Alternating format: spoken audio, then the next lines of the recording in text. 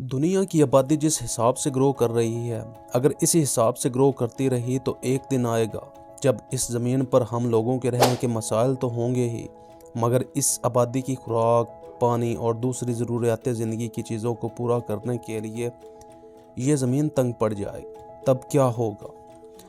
लोग ज़मीन के छोटे से टुकड़े के लिए एक दूसरे से झगड़ा करेंगे। यूँ तो इस ज़मीन पर 3/4 हिस्सा पानी पर मुश्तमिल है, लेकिन इसमें थोड़ा सा हिस्सा पीने के पानी के लायक है। पानी की ज़रूरत को भी तो पूरा करना पड़ेगा। यूँ तो समंदर के पानी को भी फिल्टर किया जा सकता है, मगर 8 अरब लोगों को पीने का पानी मैसर करने के लिए फिल्ट्रेशन कॉस्ट बहुत ज़्यादा आएगी। लोग इस पानी को ख़रीद भी नहीं सकेंगे। 8 अरब लोगों की खुराक पूरी करने के लिए ज़मीन का सिर्फ इतना सा हिस्सा काफ़ी नहीं है। इन सब मसाइल के हल के लिए पूरी दुनिया के साइंसदान अरबों डॉलर खर्च करके दूसरे प्लैनेट्स की खोज कर रहे हैं। दोस्तों, आज की इस वीडियो में हम समझेंगे क्या इस ज़मीन के बाहर ज़िंदगी मुमकिन है। इसका खुलासा साइंस और फिक्शन दोनों की रोशनी में होगा। Welcome to the YouTube channel world and universe. दोस्तों, ऐसी इन्फॉर्मेटिव वीडियोस देखने के लिए हमारे चैनल को सब्सक्राइब करें और बेल आइकन को दबा लें ताकि न्यू अपडेट जल्द से जल्द आप तक पहुंच सके। दोस्तों, बिना किसी देरी के वापस चलते हैं अपने टॉपिक पर। दोस्तों, इस ज़मीन से बाहर हमें ज़िंदगी की तलाश के लिए कुछ चीज़ों को समझना होगा ताकि हम जान सके कि वाकई ही एक्सोप्लैनेट्स पर ज़िंदगी मुमकिन है या नहीं। जिनमें ज़िंदगी क्या है, जिंदा रहने के लिए किन किन एलिमेंट्स की ज़रूरत होती है और एक्सोप्लैनेट्स पर इन एलिमेंट्स का पता कैसे चलाया जाए, और इन एलिमेंट्स का पता चलाने के बाद इनके सैंपल को कैसे कलेक्ट किया जाए, और एलिमेंट्स के इन सैंपल को कैसे टेस्ट और रिसर्च किया जाए ताकि हमें यह पता चल सके कि उस प्लैनेट्स पर जहां से ये सैंपल कलेक्ट किए गए हैं वहां ज़िंदगी मुमकिन है या नहीं है। तो दोस्तों, सबसे पहले हम जान लेते हैं कि व्हाट इज़ लाइफ, ज़िंदगी क्या है। ज़िंदगी एक ऐसी खूबी है जो जानदार चीज़ों को बेजान चीज़ों से अलहदा करती है, और इसकी खसूसियात की पहचान कुछ काम सर अंजाम देने की सलाहियत से होती है, जिनमें हम सबसे पहले बात कर लेते हैं मेटाबॉलिज्म की। जैसे कि मेटाबॉलिज्म खुराक को तवानाई में तब्दील करने का अमल, ग्रोथ साइज में इजाफे का अमल, रिप्रोडक्शन नई ज़िंदगी पैदा करने का अमल, स्टिमुलेशन हरकत करने की सलाहियत, होम्योस्टेसिस जिस्म के अंदरूनी माहौल को बरकरार रखने की सलाहियत, ऑर्गेनाइजेशन साख्त और मुनज़्ज़म होने की सलाहियत, अडेप्टेशन माहौलियाती तब्दीलियों में एडजस्ट होने की सलाहियत।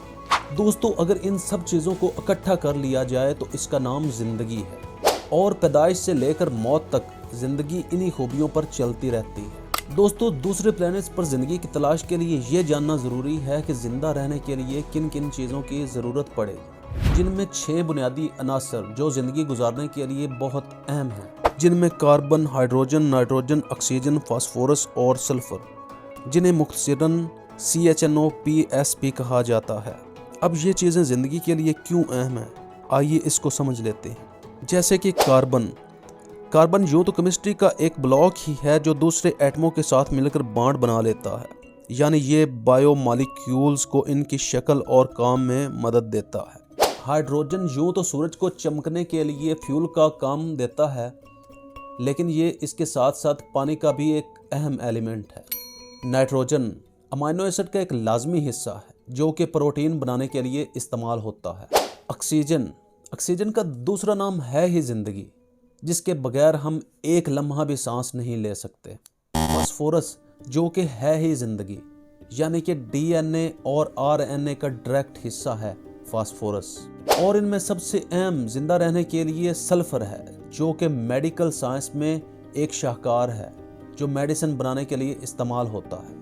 इसके अलावा मैग्नीशियम, क्लोरीन, पोटाशियम और सोडियम भी ज़िंदगी में मददगार साबित होते हैं। तो दोस्तों, सिंपल हल है, अगर हम इन चीज़ों का पता चला लें कि किस प्लेनेट पर इन एलिमेंट्स या इनमें से कुछ वाफिर मिकदार में पाए जाते हैं तो वहाँ ज़िंदगी मुमकिन है। दोस्तों, साइंसदानों के लिए सबसे बड़ा चैलेंज अभी से शुरू होता है कि हमसे लाखों, करोड़ों, अरबों किलोमीटर दूर दूसरे प्लेनेट्स पर इन एलिमेंट्स का पता कैसे चलाया जाए। इन एलिमेंट्स का पता चलाने के लिए पिछले 50 सालों में साइंसदान इस पर बहुत काम कर चुके हैं और मज़ीद प्रोजेक्ट शुरू किए हुए हैं।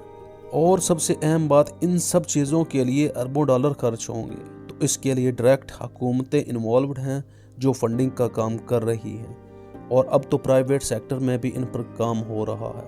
तो यकीनन इन एलिमेंट्स की खोज के लिए साइंसदान टेलीस्कोप्स बना चुके हैं जिन पर अरबों डॉलर खर्च किए जा चुके हैं और मज़ीद एडवांस टेलीस्कोप इंस्टॉल हो रही हैं। अब सवाल ये है कि टेलीस्कोप काम कैसे करती हैं, इन पर कितनी लागत आती है।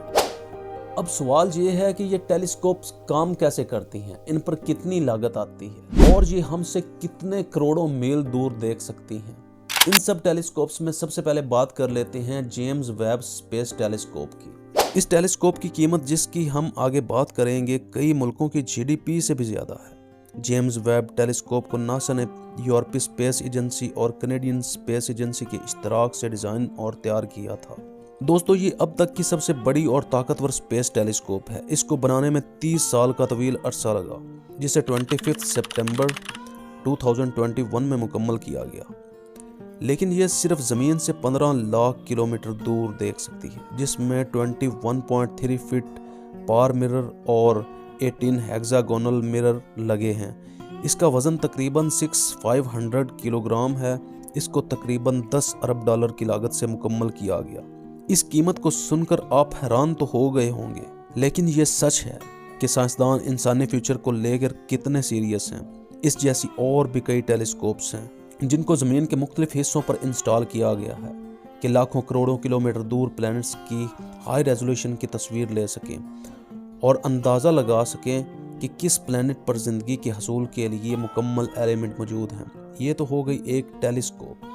अब हम फर्दन तमाम टेलीस्कोप्स की कॉस्ट पर नजर डाल लेते हैं। दोस्तों, हबल टेलीस्कोप की कुल लागत 16 बिलियन यूएस डॉलर है और इसका कुल वजन 24,000 पाउंड्स है और यह टेलीस्कोप जमीन से 326 मील ऊपर मौजूद है। दोस्तों, हबल टेलीस्कोप हमसे लाखों लाइट ईयर दूर तक देख सकती है और मैं आप लोगों को याद करवाता चलूं कि एक लाइट ईयर वो साल है जो रोशनी एक साल की तवील मुद्दत में तय करती है। यानी हबल टेलीस्कोप की मदद से हम जमीन से लाखों करोड़ों किलोमीटर दूर हाई रेजोल्यूशन की तस्वीर भी ले सकते हैं। इस जैसे 27 और भी टेलीस्कोप्स मौजूद हैं जो हर वक्त करोड़ों मील दूर प्लैनेट्स पर नजर रखे हुए हैं ताकि हम वहां जिंदगी की खोज कर सकें। दोस्तों, बात यही खत्म नहीं होती कि हम इन टेलीस्कोप्स की मदद से उन दूर प्लैनेट्स पर ज़रूरी एलिमेंट्स की खोज कर सकें। असल मसला तो अब शुरू होता है कि हमसे लाखों करोड़ों किलोमीटर दूर मौजूद उन प्लैनेट्स पर इन एलिमेंट्स के सैंपल को किस तरह कलेक्ट किया जाए ताकि उन प्लैनेट्स पर मौजूद इन एलिमेंट्स के सैंपल को कलेक्ट करके उनका सैंपल कर सके। दोस्तों, उन प्लैनेट्स से इन एलिमेंट्स के सैंपल को कलेक्ट करने के लिए रोबोट्स को उन प्लैनेट्स पर भेजा जाएगा। दोस्तों, जिस प्लैनेट पर जिंदगी की खोज हुई वहां इस रोबोट को पहुंचाने के लिए रॉकेट का इस्तेमाल किया जाएगा और इस मिशन पर भी अरबों डॉलर खर्च होंगे। स्पेस में जाने के लिए मुख्तलिफ ममालिक और प्राइवेट सेक्टर बहुत हद तक काम कर चुका है। इसमें नासा, रोसकॉस्मस, ईसा, इसरो, CNSA, स्पार्को शामिल हैं। ये कोई इतना आसान काम नहीं है कि स्पेस मिशन को कामयाब बनाया जाए। फेलियर के चांसेस 98% तक होते हैं। एक्सोप्लैनेट्स पर जिंदगी की खोज के लिए हम इन सब स्पेस एजेंसी के सालाना एक्सपेंडिचर पर सरसरी नज़र डालते हैं।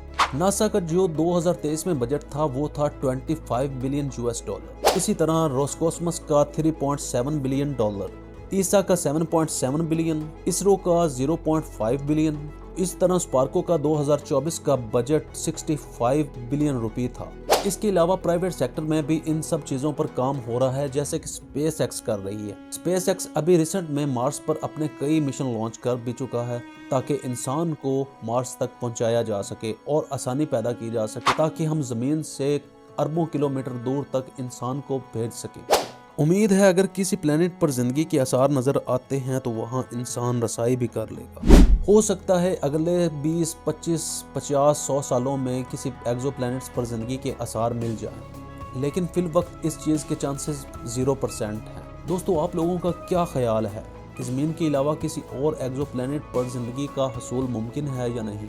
कमेंट बॉक्स में अपनी राय का ज़रूर इजहार करें। उम्मीद है आज की वीडियो आप लोगों को पसंद आई होगी। वीडियो अच्छी लगे तो लाइक करें और कमेंट बॉक्स में ये ज़रूर बताएं कि हमारी अगली वीडियो किस टॉपिक पर होनी चाहिए। अल्लाह हाफ़िज़।